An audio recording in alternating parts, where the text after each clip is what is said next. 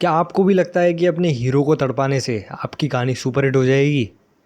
और अगर हाँ तो आप बहुत बड़ी गलती कर रहे हैं। मुझे एक शिकायत है उन राइटर से जो अपने कैरेक्टर को तोड़ने की कोशिश करते हैं। वो लोग the green mile, arcane, up या स्पाइडरमैन 2 जैसी स्टोरीज को देखते हैं जहाँ कैरेक्टर बहुत ज्यादा सफर करते हैं, बहुत दर्द झेलते हैं और उनसे ये लोग एक गलत इंस्पिरेशन ले लेते हैं। वो सोचते हैं अगर कहानी को मजेदार बनाना है तो प्रोटैगनिस्ट को और ज्यादा तड़पाओ, मतलब दर्द के समुद्र में उसे बहा दो। उनका हीरो रास्ते में लुट जाता है, उसकी गर्लफ्रेंड उसे छोड़ देती है, बाप उससे नफरत करने लगता है और चलो उसे छत से भी नीचे फेंक देते हैं। उन्हें लगता है कि बस यही एक बढ़िया स्टोरी बनाने का शॉर्टकट है। लेकिन जब ऑडियंस से बुरे रिव्यूज मिलते हैं तब उन राइटर्स को समझ आता है कि बॉस, अपने कैरेक्टर को तोड़ने के भी कुछ रूल्स होते हैं। इसका इस बात से कोई लेना देना नहीं है कि आप अपने कैरेक्टर को कितना ज्यादा दर्द दे रहे हो। अब कुछ राइटर्स को लगता है कि शायद दर्द को एकदम रियलिस्टिक दिखाना चाहिए। देखो, रियल लाइफ में हम आए दिन कोई ना कोई छोटी मोटी तकलीफों से गुजरते रहते हैं, तो क्या हम अपने कैरेक्टर के साथ भी यही करें? क्या हम उन्हें बस इसलिए डिप्रेशन दे दें या गरीब बना दें क्योंकि ये रियलिस्टिक लगता है? ये भी राइटिंग का कोई सही तरीका नहीं है, क्योंकि अगर आप किसी रियल इंसान की सच्ची जिंदगी को बिना किसी बदलाव के बिल्कुल वैसे ही लिख दोगे ना, तो वो दुनिया की सबसे बकवास किताब बनेगी। उसके डायलॉग्स इतने बोरिंग होंगे और कहानी बिना किसी मतलब के सिर्फ भटकती रहेगी। यहाँ मुझे एक महान इंसान की बात याद आती है। एक असली इंसान की क्वालिटीज और एक फिक्शनल कैरेक्टर की क्वालिटीज में जमीन आसमान का फर्क होता है। एक असली इंसान का दुख और एक कहानी के कैरेक्टर का दुख दोनों बिल्कुल अलग चीज होती हैं। चलो एक ऐसी फिल्म की बात करते हैं जो अपने प्रोटैगनिस्ट को बिल्कुल गलत तरीके से तोड़ती है। King Arthur, legend of the sword. कहानी में आर्थर का एक बहुत पक्का दोस्त है। क्लाइमैक्स से ठीक पहले विलन उस दोस्त को मार देता है। इसके बाद हमें एक 3 मिनट का लंबा सीक्वेंस दिखाया जाता है जहां आर्थर शोक मना रहा है, अपनी तलवार फेंक रहा है और अपना हक छोड़ने की बात कर रहा है। बीच बीच में उसके मरे हुए दोस्त का फ्लैशबैक दिखाया जाता है ताकि ऑडियंस को जबरदस्ती लगाया जा सके कि हाँ भाई, कि इसी की मौत की वजह से आर्थर टूट गया है। लेकिन फिर क्या होता है, एक पानी की परी आती है और उसकी तलवार उसे वापस देती है। वो उसे 5 सेकंड का एक विजन दिखाती है और कहती है अगर तुमने हार मान ली तो विलन जीत जाएगा। आर्थर बोलता है हाँ बात तो सही है, चलो छोड़ो, मैं तलवार वापस रख लेता हूँ। मतलब सीरियसली, इस पूरे सीन के शुरू होने से लेकर खत्म होने तक आर्थर के अंदर रत्ती भर भी बदलाव नहीं आया। बस फर्क इतना था कि अब उसका दोस्त मर चुका था। मेकर्स ने पूरी कोशिश की कि हम आर्थर के इस सबसे बुरे दौर को फील करें, पर ये सीन एकदम बकवास था। ये बढ़िया राइटिंग नहीं है। ऐसे सीन से ऑडियंस को कैरेक्टर के लिए दर्द नहीं बल्कि बोरिंगनेस फील होती है। कहानी बिना सोचे समझे उस पुराने फॉर्मूले पर चल रही थी कि क्लाइमेक्स से पहले हीरो का सब कुछ खत्म दिखाना ही है। ये अपने प्रोटैगनिस्ट को तोड़ने का सबसे घटिया तरीका क्यों है? इसके बहुत से छोटे मोटे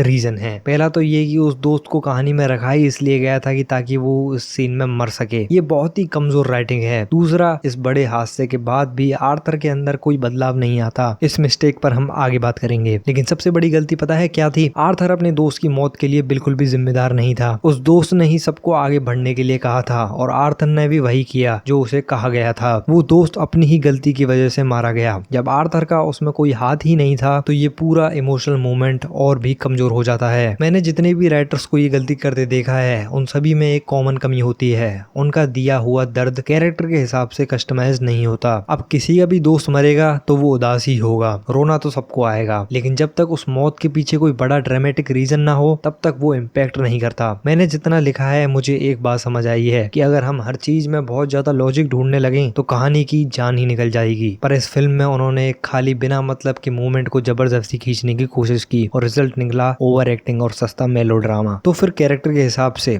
दर्द लिखने की मास्टर की है क्या? रॉबर्ट मैकने ने कहा था कि किसी भी कहानी का असली मजा उस गैप में होता है जो जब बनता है जब एक इंसान कोई कदम उठाता है और जो वो सोचता है उसके बिल्कुल उल्टा हो जाता है, यानी कि उम्मीद और परिणाम के बीच का फर्क। ये सिर्फ राइटिंग का सुनहरा नियम नहीं है, ये उससे भी एक ऊपर की चीज है। आपका कैरेक्टर को चाहता है, वो किसी चीज की उम्मीद करता है और जब उसकी उम्मीद वो टूटती है तब वो कैरेक्टर अंदर से टूटता है। जब उसे एहसास होता है कि दुनिया को देखने का उसका अब तक का तरीका बिल्कुल गलत था, वही सही मौका होता है कैरेक्टर को सबसे ज्यादा दर्दनाक तरीके से तोड़ने का। यही इसका सीक्रेट इंग्रेडिएंट है। इसका सबसे बेहतरीन एग्जांपल है स्कैलेंडर लिस्ट में ऑस्कर स्कैलेंडर सैंडर का कैरेक्टर, जो बिना रुके बस लोगों की जान बचाए जा रहा था। उसके दिमाग में कोई जल्दी नहीं थी, क्योंकि उसे लगता था कि बचाने के लिए ही हमेशा कोई ना कोई बचा रहता है। लेकिन फिर बिगड़ती है बात जब वर्ल्ड वॉर खत्म हो जाता है। अब करने को कुछ नहीं बचता और तभी उसकी ये सोच टूटती है। उसे एहसास होता है कि उसका पुराना नजरिया कितना गलत था, क्योंकि जिस पैसे से वो ऐशो आराम की चीजें खरीद रहा था, इफ उससे वो चाहता तो कुछ और लोगों की जिंदगी बचा सकता था। और तब वो बिल्कुल टूटता है। अब हम अपने कैरेक्टर की सोच को कैसे तोड़ें? एक बहुत ही अलग अप्रोच को छोड़कर मैंने आज तक जितने भी बेहतरीन कैरेक्टरों को टूटते देखा है, उन सब के पीछे यही एक सवाल होता है। अगर दूसरे अप्रोच की बात करें तो वो है स्टोरी की शुरुआत में ही कैरेक्टर को भयानक दौर से गुजारना। और अजीब बात यह है कि इसमें लगभग हमेशा कैरेक्टर की किसी बेहद करीबी इंसान की मौत होती है, जैसे द लास्ट ऑफ अस में जोल की बेटी का मरना, ब्रूस वेन के माता पिता उस लुटेरे के हाथों मारे जाना। ये मोमेंट किसी की सोच को तोड़ने के बारे में नहीं है, बल्कि उन्हें एक गहरा सदमा देने के बारे में है। वो सदमा उनके अंदर एक ऐसी बात बैठा देता है जो या तो उनकी पूरी जिंदगी तय करता है जैसे बैटमैन, या फिर उनके बदलाव की वजह बनता है जैसे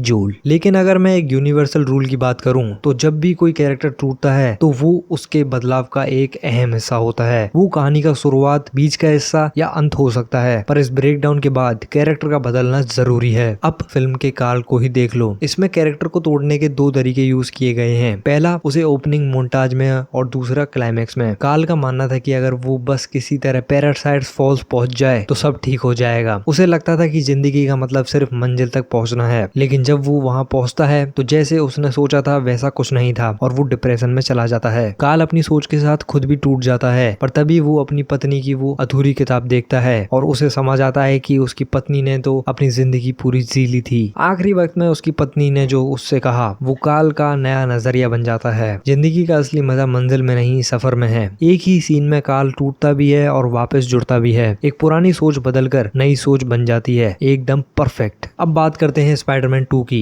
पीटर पार्कर का मानना था कि वो एक साथ पीटर पार्कर और स्पाइडरमैन दोनों बनकर रह सकता है। पिज्जा डिलीवरी करते वक्त लोगों की मदद करने के चक्कर में उसकी नौकरी चली जाती। उसकी गर्लफ्रेंड उसे अपने प्ले की टिकट देती है, पर स्पाइडरमैन की ड्यूटी के चक्कर में वो लेट हो जाता है और प्ले नहीं देख पाता। उसकी लव लाइफ बर्बाद हो रही है, उसके कॉलेज के ग्रेड्स खराब हो रहे हैं, वो हर तरह से फेल हो रहा है क्योंकि वो एक साथ बहुत सारी चीजें करने की कोशिश कर रहा है। और फिर वो अपने ब्रेकिंग पॉइंट पर पहुंच जाता है। वो हार मान लेता है कि अब कोई स्पाइडरमैन नहीं रहा। जब कोई कैरेक्टर अपने सबसे बुरे दौर पर पहुंचता है तो उसके पास रिएक्ट करने के दो ही रास्ते होते हैं। उसका बदलना तो पक्का है, क्योंकि अगर वो नहीं बदला तो उस मोमेंट का कोई मतलब ही नहीं बचता, जैसे हमारे किंग आर्थर के साथ हुआ था। तो दो रास्ते क्या हैं? या तो काल की तरह अपनी पुरानी सोच को छोड़कर एक नई सोच अपना लेना, या फिर वो अपनी पुरानी सोच पर और ज्यादा अड़ जाए। स्पाइडरमैन 2 में पीटर बिल्कुल ऐसा ही करता है। वो अपनी सोच पर और अड़ जाता है। पहले उसे लगता था कि वो बिना किसी शिकायत के सब संभाल लेगा। जब चीजें मुश्किल हुई तो उसने स्पाइडरमैन का मास्क उतार फेंका और चीजों पर फोकस किया जो उसे पसंद थी। और शुरू में सब बढ़िया चलने लगा, ग्रेड्स अच्छे हो गए, एमजे के साथ उसका रिश्ता सुधरने लगा। लेकिन स्पाइडरमैन के बिना शहर के लोग मुसीबत में आ रहे थे। तब उसे एहसास होता है कि दुनिया को उसकी कितनी जरूरत है। और तब आता है उसका कैरेक्टर का असली बदलाव, जब वो सीखता है कि सबके भले के लिए अपनी सबसे प्यारी चीजों को कुर्बान करना ही असली हीरो बनना होता है। तो बात घूम फिर कर वहीं आती है। अगर आप अपने कैरेक्टर को तोड़ना चाहते हो तो पहले आपको पता होना चाहिए कि उसकी सोच, उसका बिलीफ क्या है। वो बिलीफ बहुत मजबूत होना चाहिए और ऐसा होना चाहिए जिससे आप एक लाइन में समझा सकें। अगर आप उसे सिंपल शब्दों में नहीं समझा सकते तो इसका मतलब आप खुद उसे सही से नहीं समझते। अब देखो, अगर किसी का हाथ कटेगा तो दर्द तो होगा ही, लेकिन जब गेम्स ऑफ थ्रोन्स में जेमी लेनेस्टर का हाथ कटा था तो वो दर्द सिर्फ और सिर्फ उसके लिए कस्टम मेड था। क्यों? क्योंकि उसकी पहचान थी वेस्टरोस का सबसे बेहतरीन तलवारबाज। और जब उसका वही हाथ कट गया तो उसके सामने सवाल खड़ा हुआ, अगर मैं दुनिया का सबसे बेहतरीन तलवारबाज नहीं हूँ तो फिर मैं क्या हूँ? यहीं से उसके कैरेक्टर का बदलाव शुरू होता है।